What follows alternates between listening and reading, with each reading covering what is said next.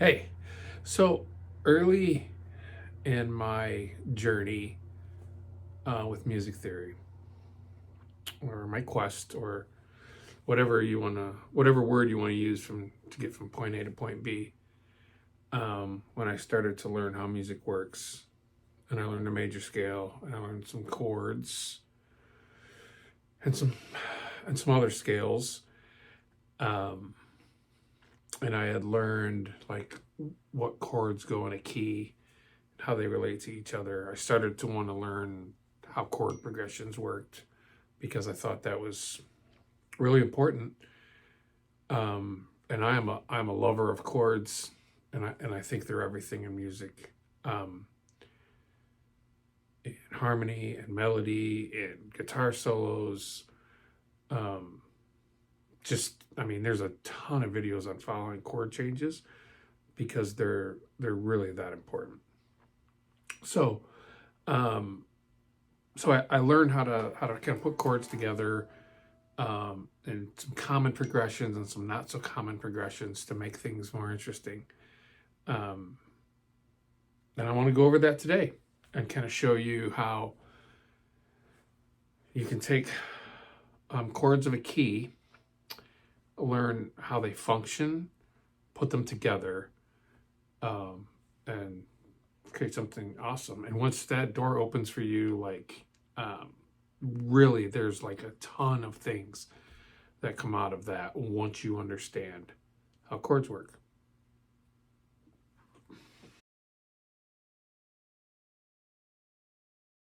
All right, first, major scale. So quick refresher on the major scale. If you don't know, we'll do the key of G again. I did the key of G in my last video. So root,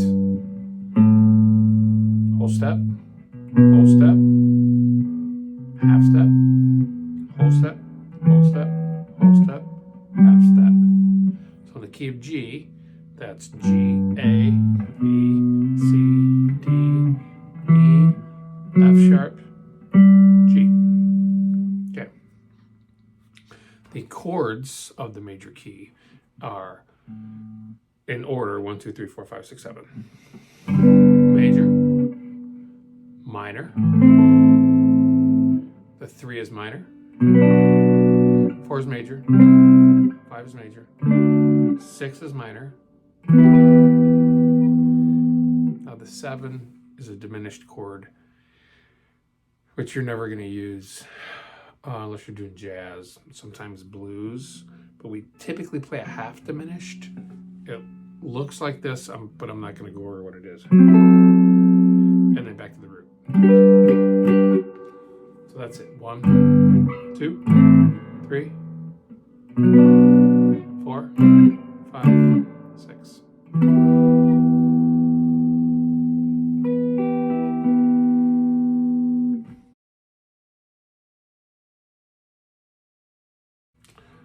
Next up is chord function. So each one of those chords that I laid out has a function that leads kind of to another function, but it kind of has a function related to the tonic or the root, which is the 1 chord, and how it relates back to that, and a feeling that it gives. And based on those chord tones and the quality of the chord and the function of the chord leads to another chord. Okay. Now I'm going to have to look at my notes because I always forget this. Number 1 is tonic. Okay.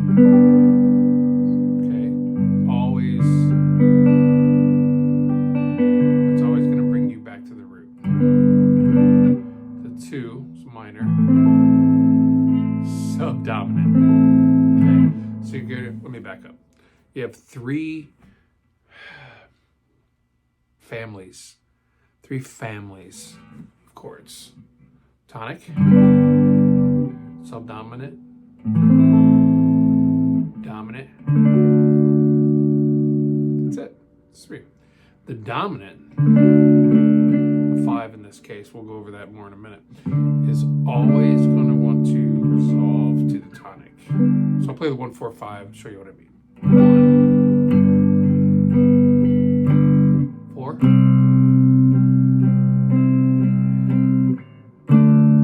5 has some tension and wants to go back here. Always wants to go back there. So that's the dominant. There's 2, the 5 and the 7 that we said we'd ignore, but you can hear how it's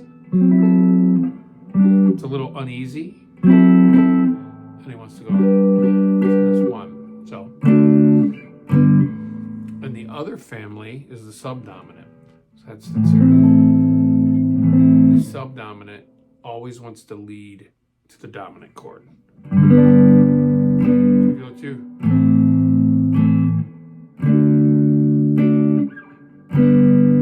Yeah, it resolves right around that circle. 1, 2, 3. Okay. So that's a solid progression. The 1, the 2, and the 5. And you could do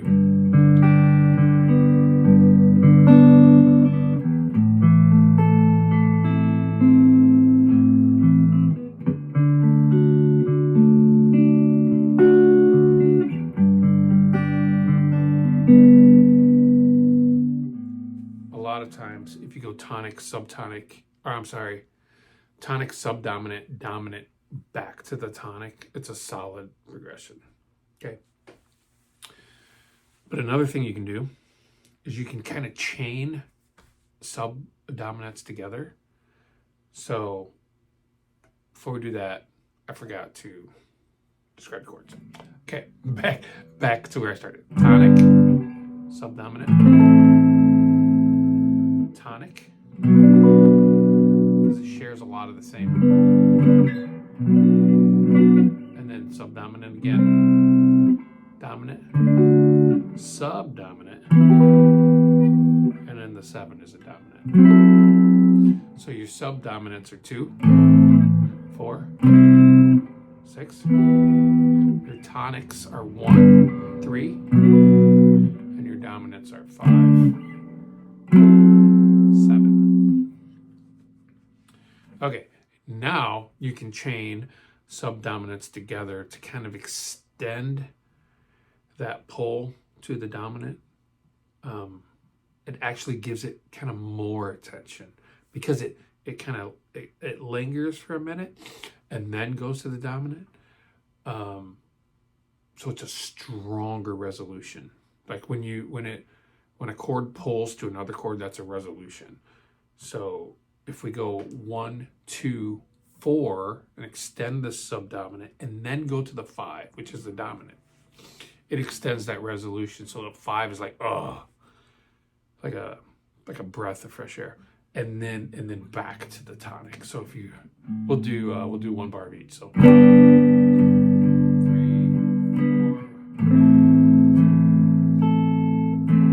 3. More tension, 5. Resolve.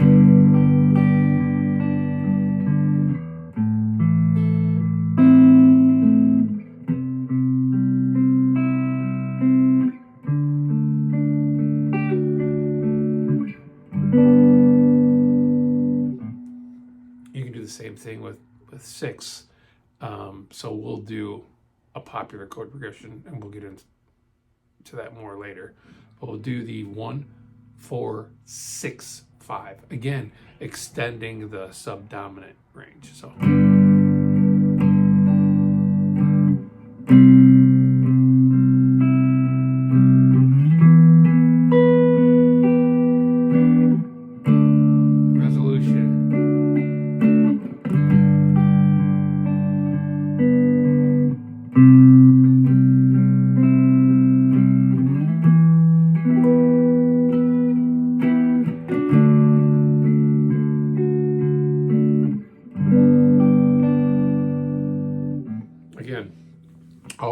is extending that dominant or the subdominant to kind of stretch out the tension before it resolves. Another thing we can do is before we go back to the 1, because the dominant wants to pull to the tonic, that could be the 3. So what we could do is we could do tonic, subdominant, dominant, tonic, subdominant, tonic. So 4 is subdominant, 5 is dominant, 3 is tonic again. Let's go back to 4. 5.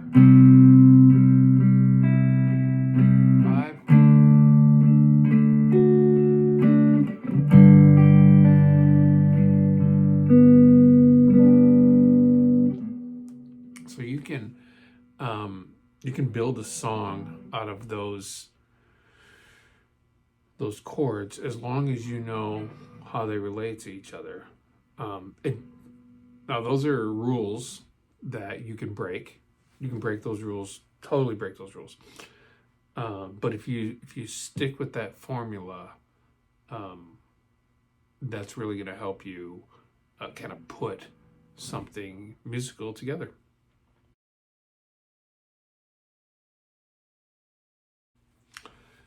All right, last part.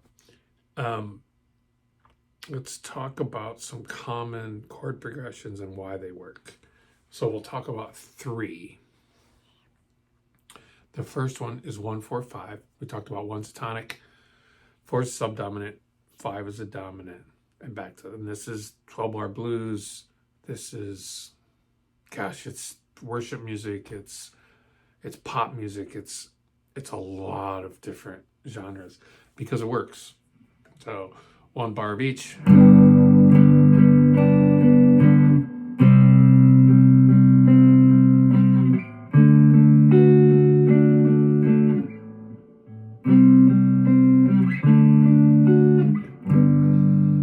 So 12-bar blues would be like 1, 4. Then we would kind of break that rule of subdominant to dominant and go back to the 1.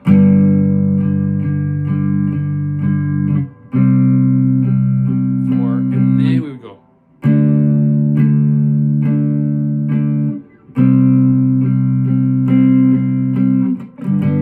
So that would be 12-bar blues. 1, 4, 1, 5, 4, 1. Okay. Then 12-bar blues, you can figure that part out. There's a million videos, but that's how it works. 1, and you can do a lot with that.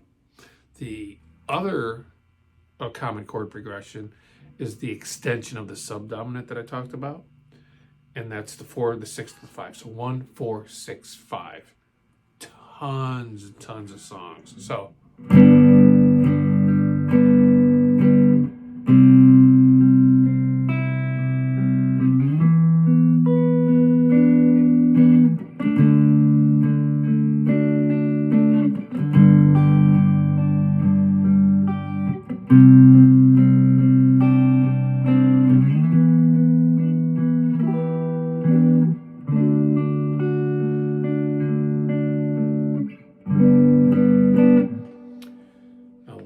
and you can do a lot with that. You can move that around, change the chord sequence around a little bit, kind of create something cool.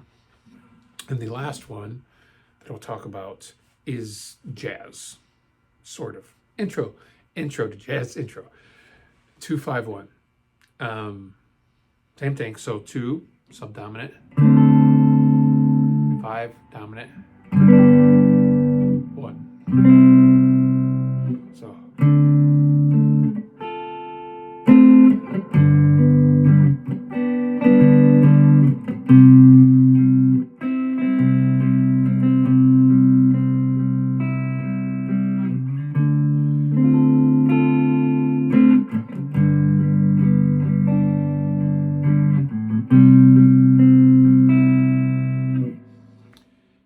interested in jazz, I guess this would be extra credit, sort of.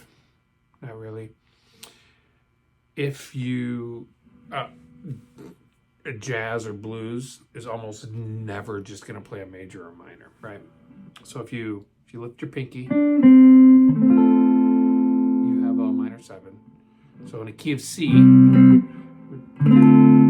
7.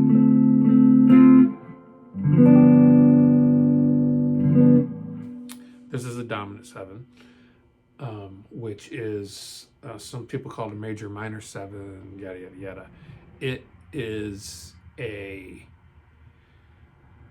major 7 chord, but the 7 is flattened, right? So it's a minor 7.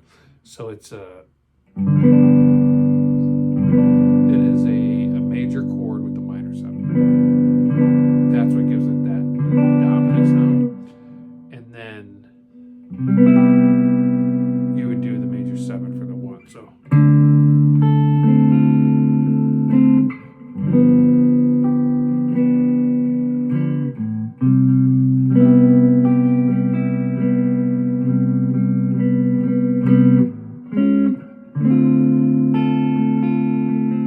don't worry about that chromatic thing. I shouldn't have done that.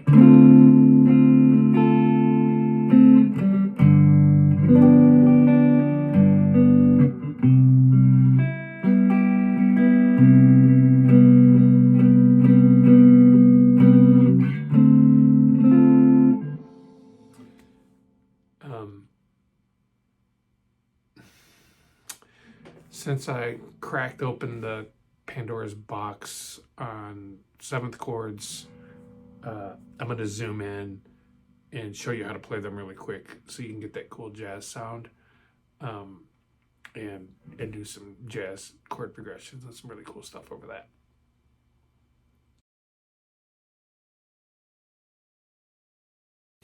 Okay, minor 7th chord. Here's the minor chord, right? If you lift your pinky and expose that 7th, you get the minor 7th chord. So 2, 3, 4, 5, 6, 7. That's the one you want. Dominant 7th chord. So minor 7th, everything else is so right. So that's the major 7, right? I'm sorry, that's the major chord.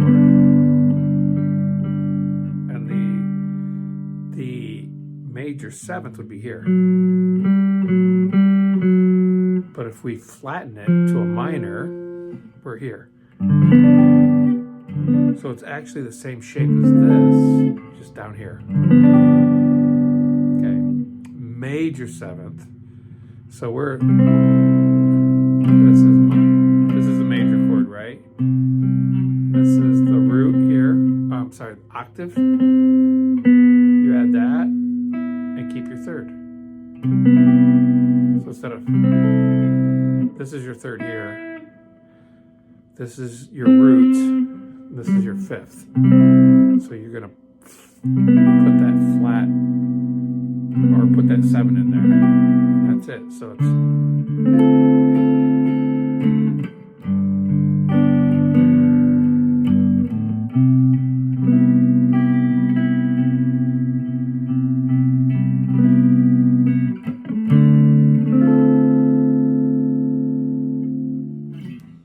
that's how you play those chords.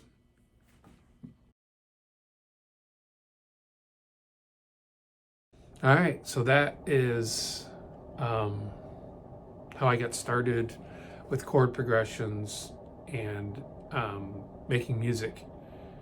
It is a great way to practice those. So when you sit down to play guitar, to practice guitar, we'll talk a little bit about practice. When you sit down to play a little bit of practice on your guitar, rather than doing, that's helpful, but you can pick a key. Now that you know which chords go together, we'll move it to A.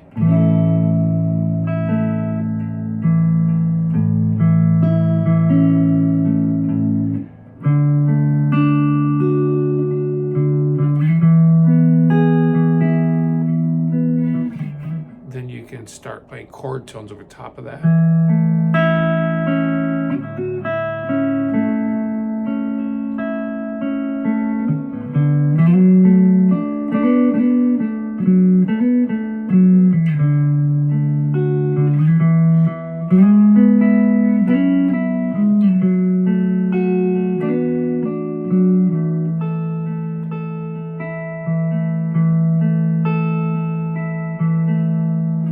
I know you couldn't see my guitar for that, but I was playing the 1-4-5 in A, which we know is A, D, E. And it's a great way to practice to get that musical sound in your head. And a bonus is when you start learning songs by ear, you'll recognize those intervals pretty quickly, and you'll be able to pick up songs really fast. And really, that's it. That's how you get started putting chord progressions together that are musically sound and sound good to your ear. Thanks. See ya.